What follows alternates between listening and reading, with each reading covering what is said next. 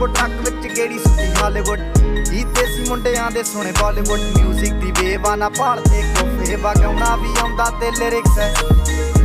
ਚੰਗੇ ਜਿਹੜੇ ਚੱਲਦੇ ਸੀ ਕਿਸੇ ਤੋਂ ਨਾ ਠੱਲਦੇ ਸੀ ਉਹਨਾਂ ਦਾ ਬਣਾਉਂਦੇ ਆ ਕਲਾਮ